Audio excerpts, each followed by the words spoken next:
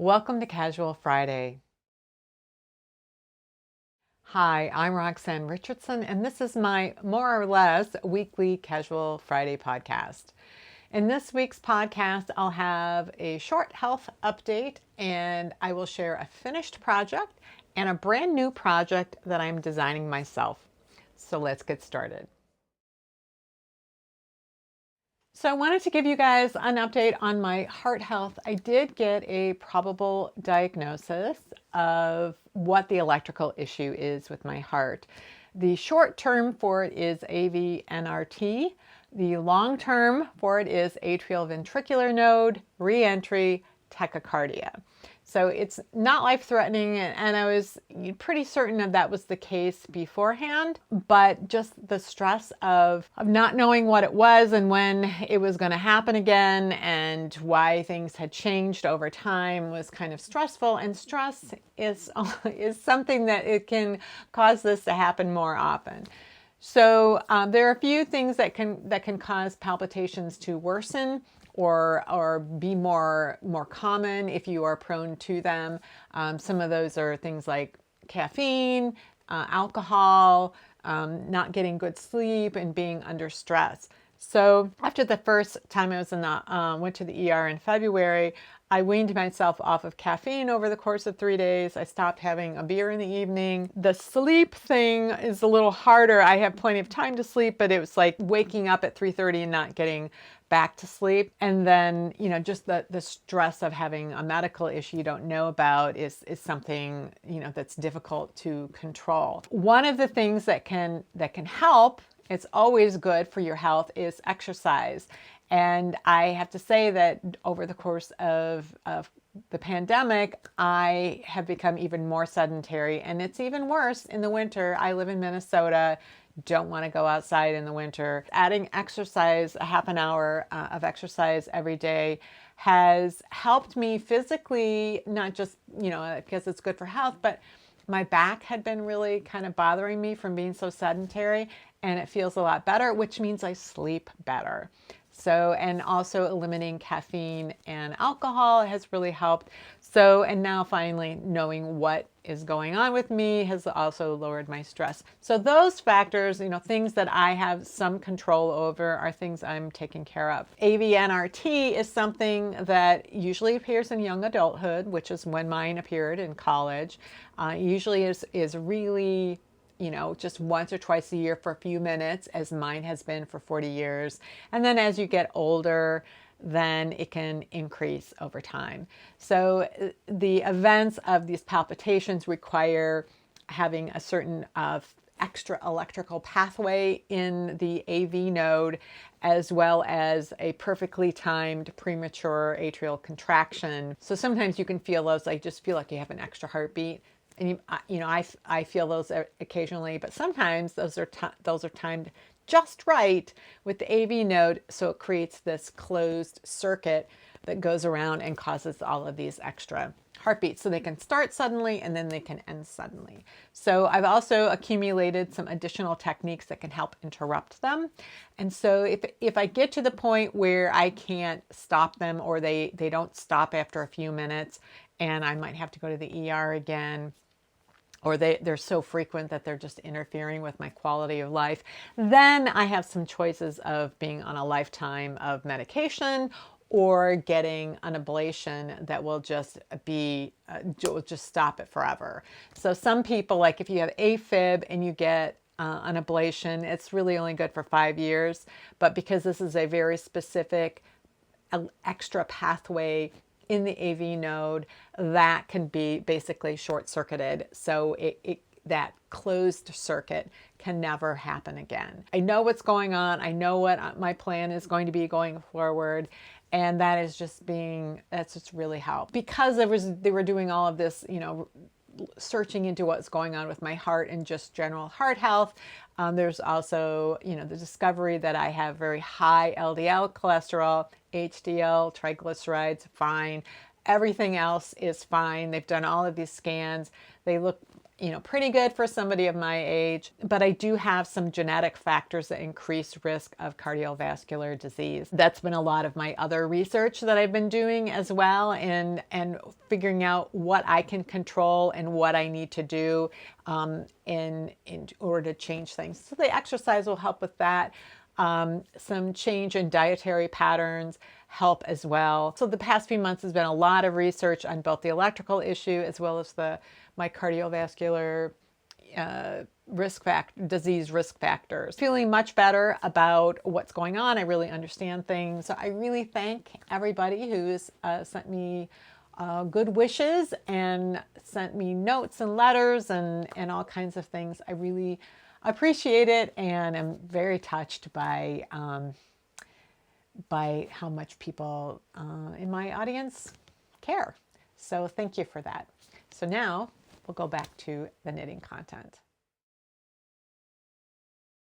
Last month, I took a day trip with my fiber friend Elizabeth to a location in Wisconsin called the Driftless area. It's a region that had not been affected by glaciers during the Ice Age. So as the different glaciers came in from different directions, they didn't hit that area. So it's a really pretty area of the country. It's got these rolling hills.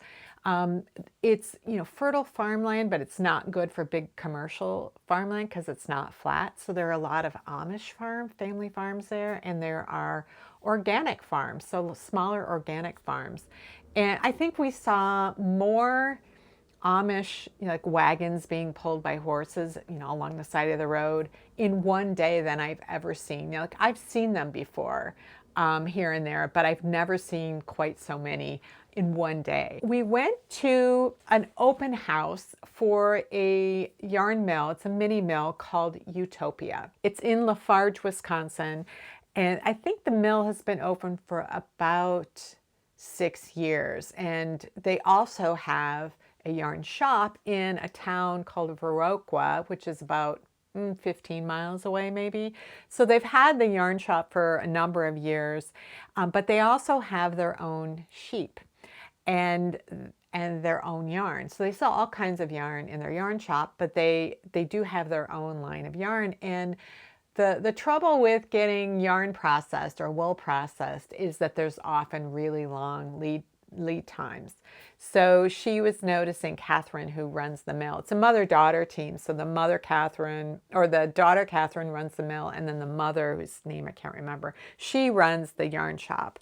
And so Catherine was telling us at the mill that they would sell through their yarn right away, but then it would be months and months before they could get more.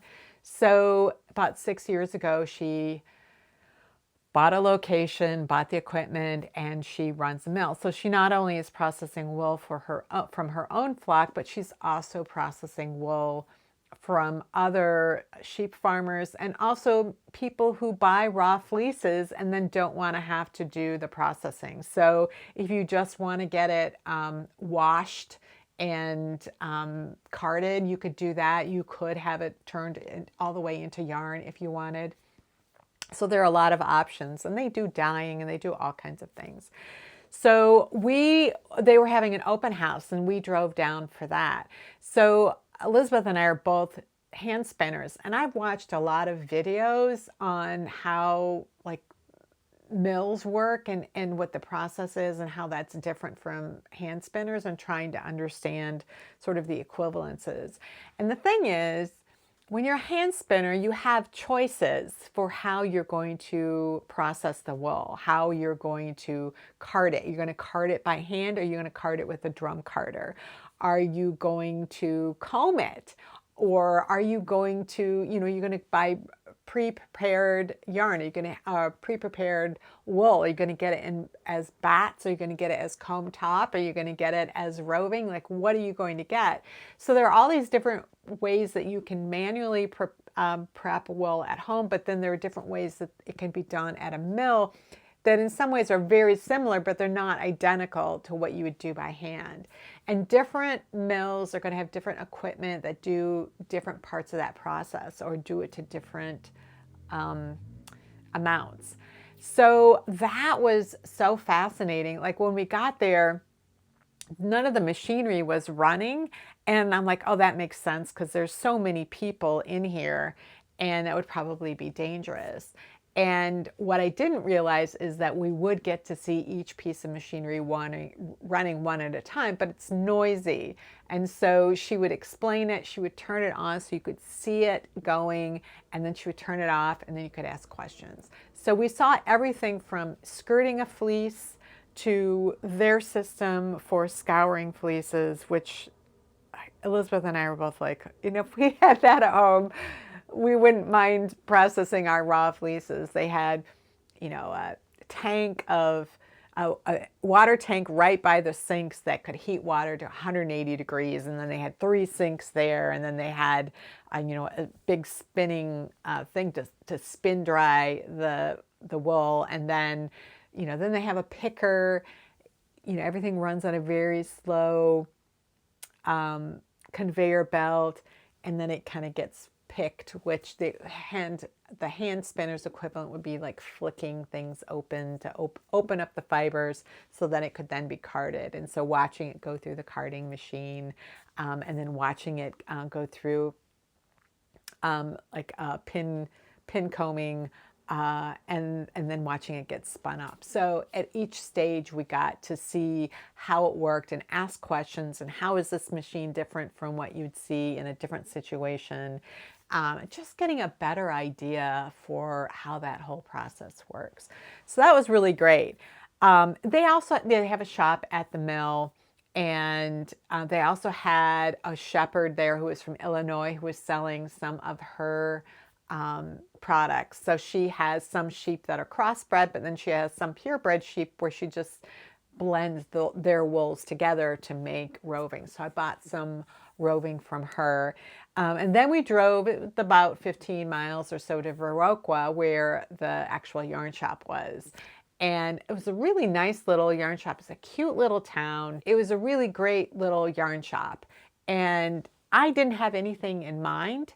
Like I always start with a project, and I figure out what that project is going to be and how it's going to work and the techniques I'm going to use and the construction method. And then the last thing I do is figure out what yarn I'm going to use. If I fall in love with a yarn and I just have to have it and I buy it, oftentimes it will sit on my shelf for years until I give it away. Just because I love a yarn doesn't mean that I love it for a specific knitting project. Doesn't mean I can't think of something to use it for, but I really want that sort of match to work well. So it doesn't tend to work for me to just impulsively buy yarn. I saw this little dress on display, and it was something I'd seen a few years before, the type of thing I'd seen before, where there was like a little knitted bodice, and then there was a fabric skirt to it, so then they were sewn together or joined together in some way. And they had this one on display, and I thought, oh, that is so cute.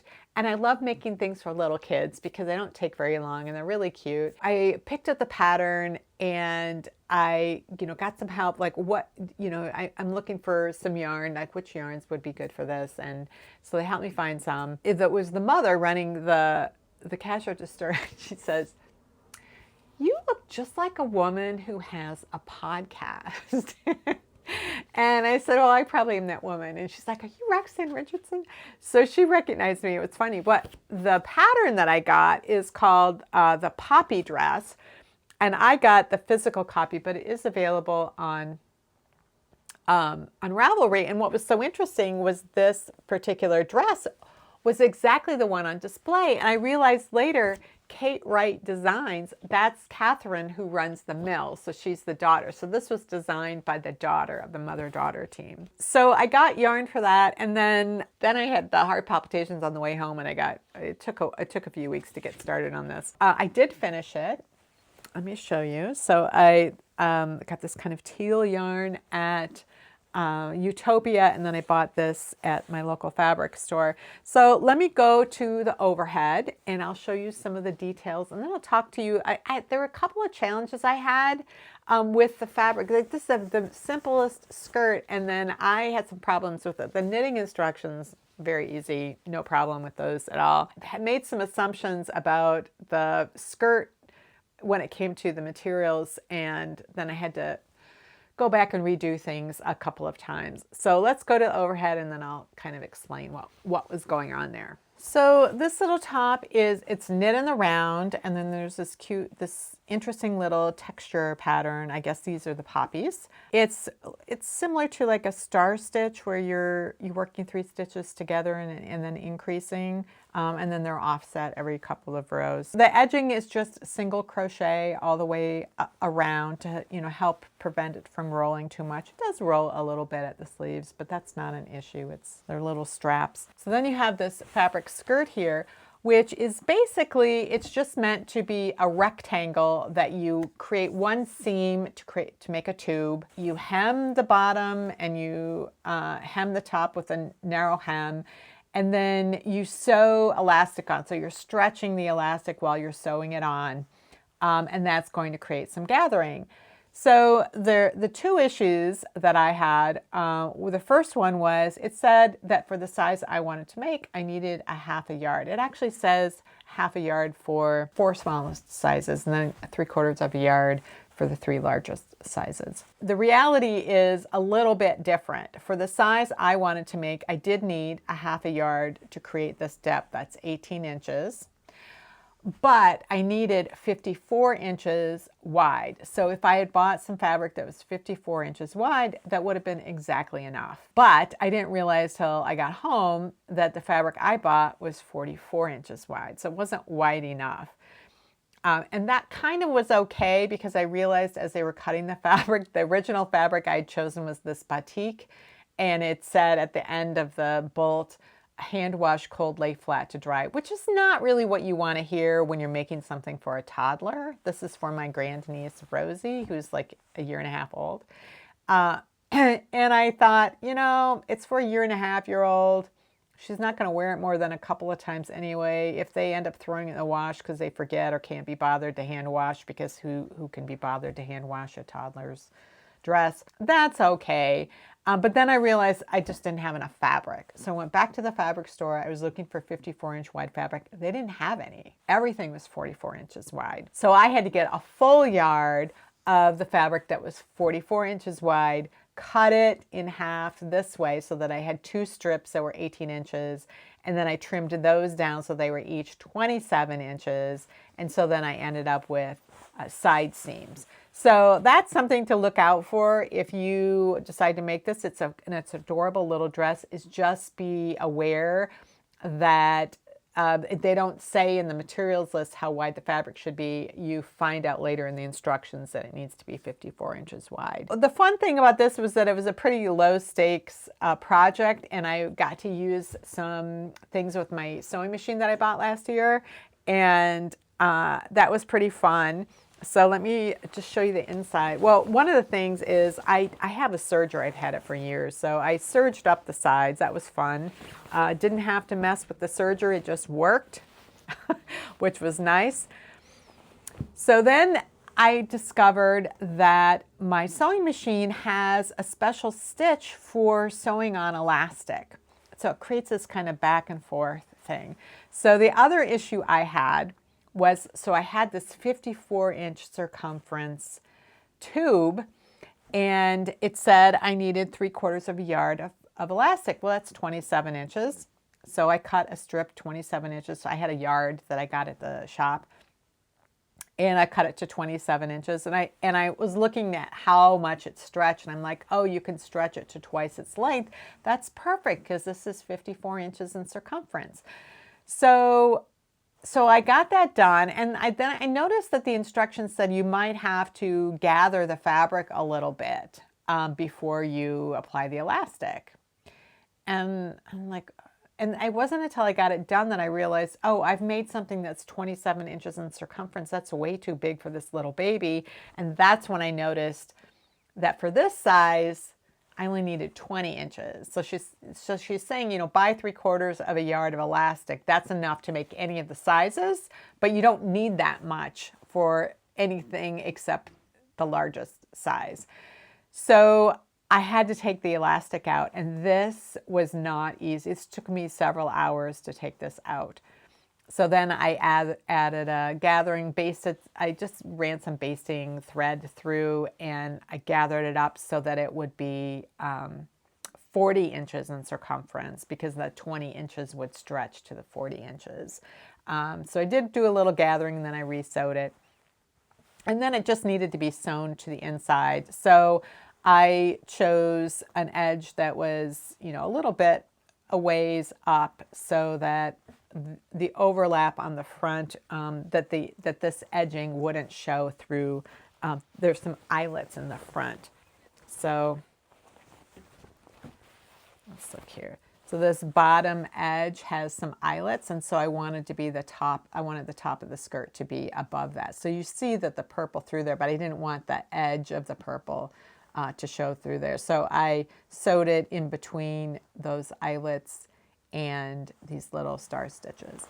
So I thought it came out really cute, and I was really happy to use some basic interesting things on my sewing machine I hadn't used before. Oh, the other thing that you do when you're done is that you kind of tack down these little points right here, so that those kind of stay down, because otherwise you're just sewing it up here. So you want to sew these little points down as well. So it was a really great project. I'm glad I did it. I would certainly do it again, but I did write notes on my pattern so that I would, you know, remember to look for this or look for that, so I wouldn't make any of the same mistakes that I made the first time. If you're aware of, you know, what's what, and you read more carefully than I did, it's a pretty quick little project. So I'll be sending this off to Rosie, the poppy dress for Rosie, and really delighted with it.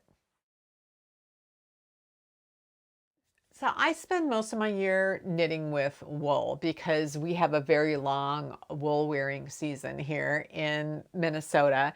But it is hot here in the summer, and even though I continue to knit all summer long, I do occasionally want to knit something that I can wear during the summer. So in the past, I've knit a couple of linen tops that were very lacy, and I really loved the tops. I love the finished tops. The problem with them, one of the problems with them, is that they require that I wear something underneath it. And part of that really allows the lace to show up. So if you wear a white tank top underneath a bright purple top that's full of holes, you can really see that lace design. So that's really nice, except that tank top that's made of probably a cotton polyester or cotton lycra blend, and is form-fitting, just traps sweat. And so I don't get any of the benefit that you get from linen.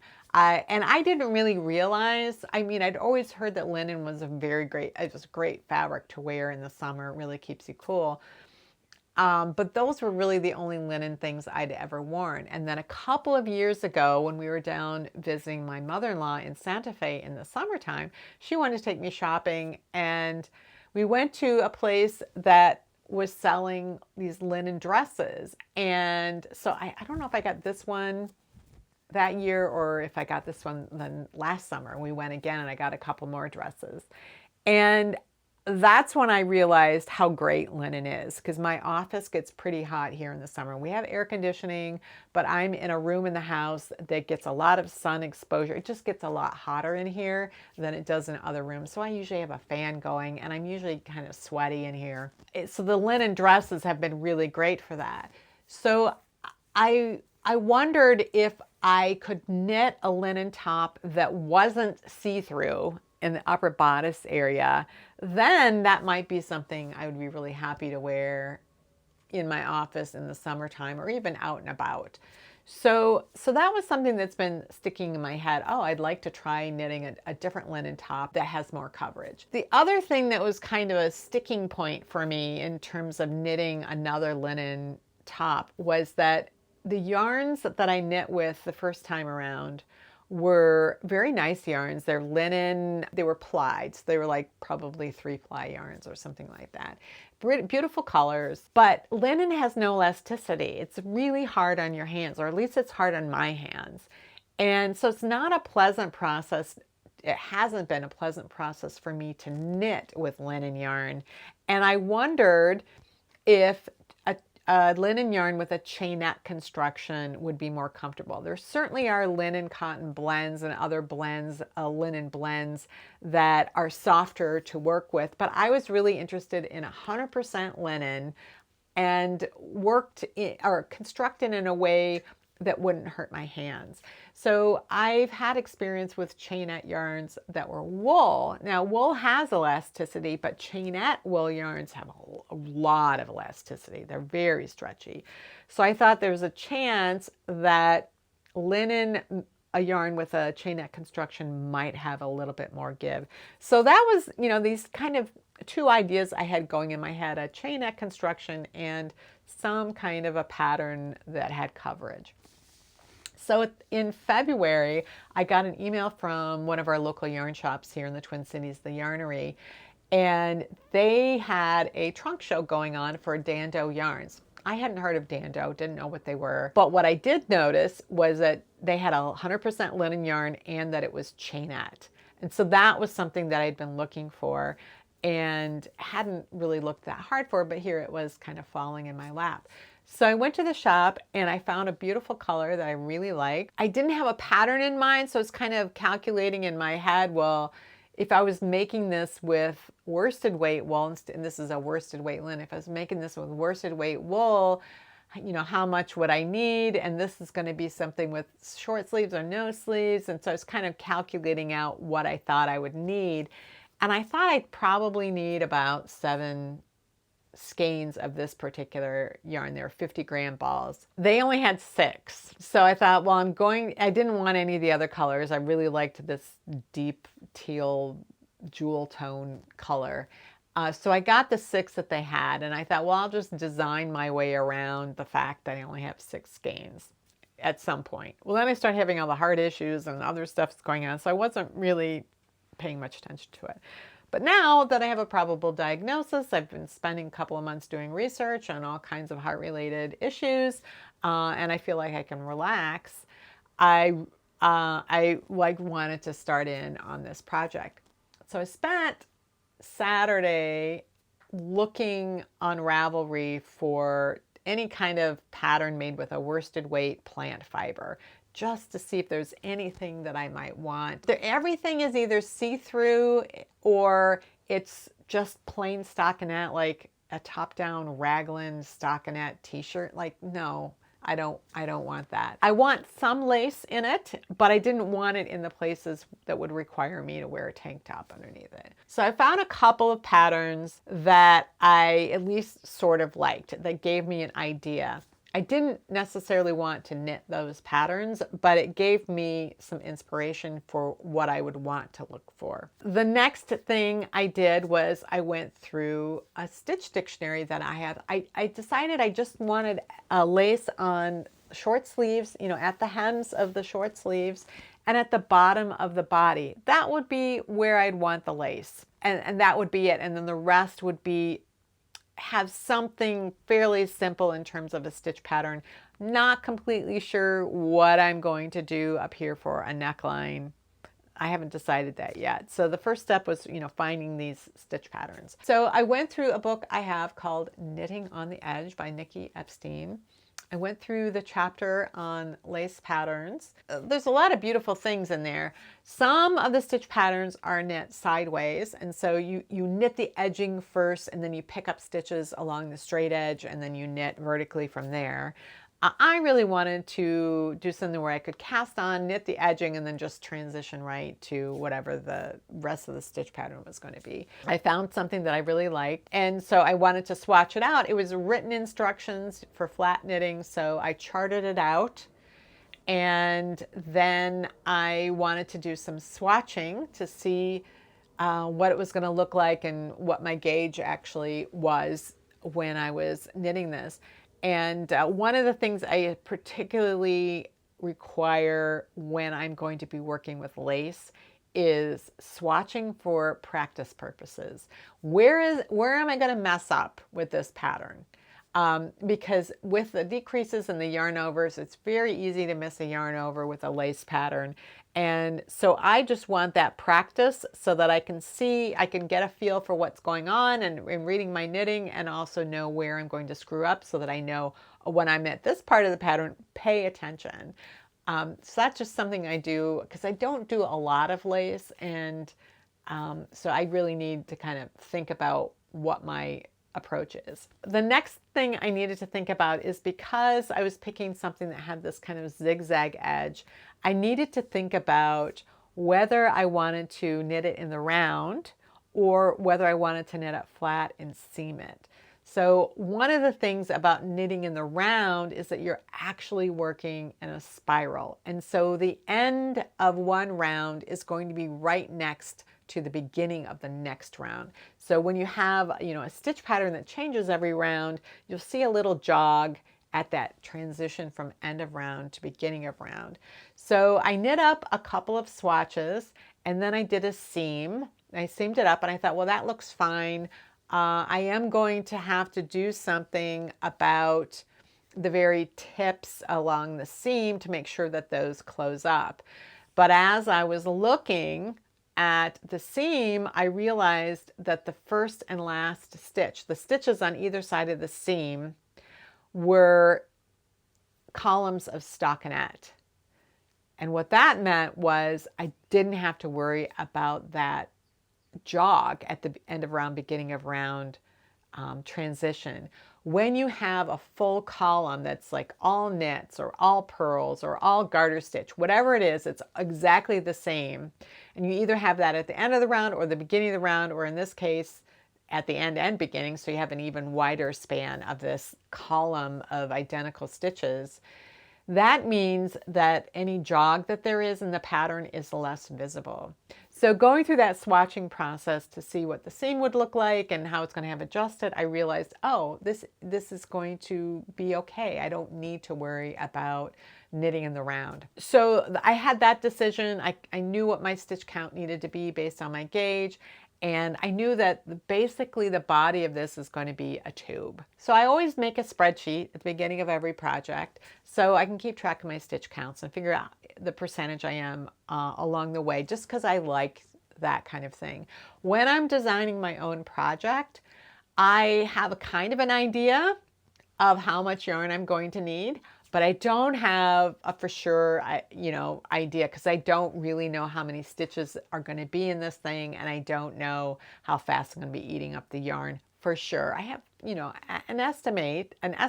I needed to figure out, well, how long am I going to make this, and what are my stitch counts approximately going to be all the way up to the shoulder, and then about how many stitches am I going to need for these little sleeves, and what is the total, and how many stitches per gram of this yarn am I getting, and is that going to be enough? And the answer was, it is not going to be enough. I realized that I was going to have to make kind of a more of a cropped top than I would actually like. It wouldn't be as long as I would like, and it would be, quite a bit shorter. And I knew that I'd bought all of the yarn that they had at the yarnery in that dye lot. So I started looking online to see who carried this and whether or not they had any of that color in stock. And then I had to write to them and ask them, I see you have some of this in stock. Do you have this particular dye lot? So several of the shops did not have that dye lot. But there was one in Florida who they only had one ball left, and it was the right dye lot. So I knew I had 7. So I might have to make it a little bit shorter than I wanted, but I wouldn't be too short. And then finally yesterday I heard from a shop in San Francisco who actually had like 10 skeins of this yarn, and they had 10 skeins in my dye lot, but I only needed 1, and so they shipped it out. So I'm going to have 8 full skeins of this. So I'm not going to run out of yarn. I can knit it to the length I want, and I can do, once I settle what I'm going to do in the upper part, I don't have to worry about whether or not I'm going to have enough yarn. I will have enough yarn.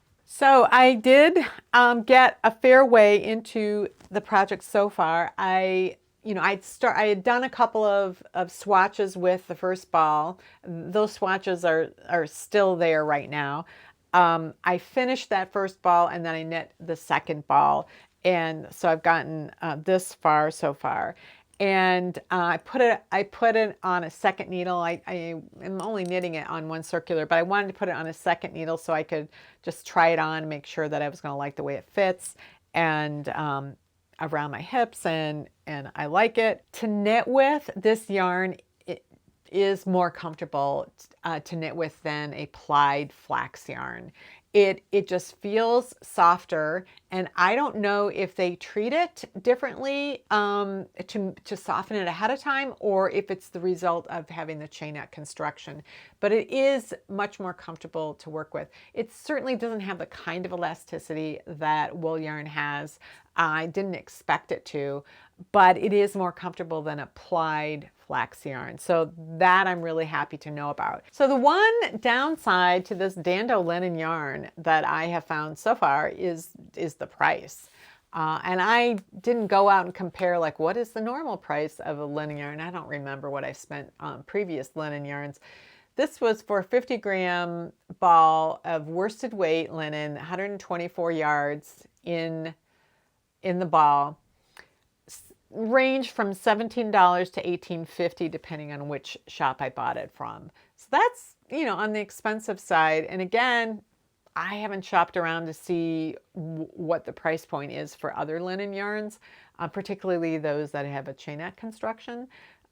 So there could very well be some cheaper alternatives out there in colors that are just as pretty as this one, in my opinion. One way to look to see what might be out there is there's a website called yarnsub.com.